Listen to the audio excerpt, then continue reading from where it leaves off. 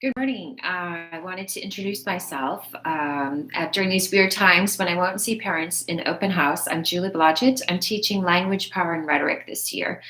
And as you probably know, this is a new course that was somewhat had to go into place more quickly because of the pandemic. But it is a course that we had been working on for a year or so, myself and a number of teachers.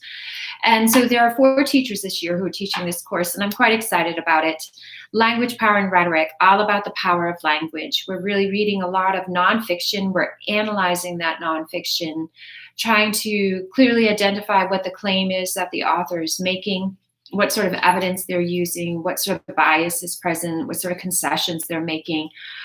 So we have started the year reading a couple of memoir pieces. The students are just finishing their first memoir piece based on a piece by Donald Murray called The Stranger in the Photo Is Me. I'm excited to read those. We've also begun a pen pal relationship with some senior citizens in the surrounding communities, and I have high hopes about how meaningful this will be for our students.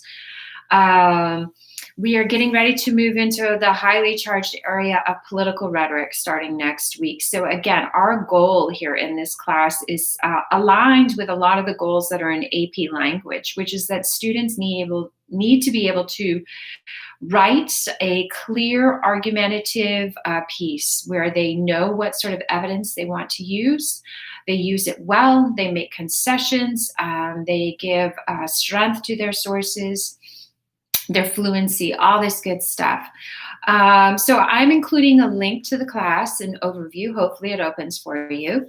And just touching base that again, anytime you have a question for me, please reach out. I'm pretty quick about getting back to parents.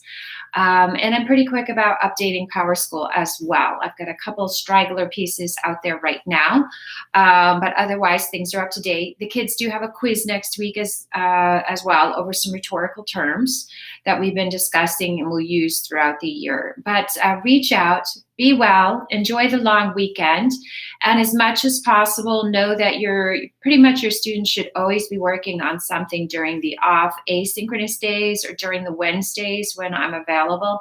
It's not a day off from English class per se. It is a day to be reading the text that we should be reading, editing the pieces we're working on, etc. So reach out at any time, and again, be well. Take care of yourselves.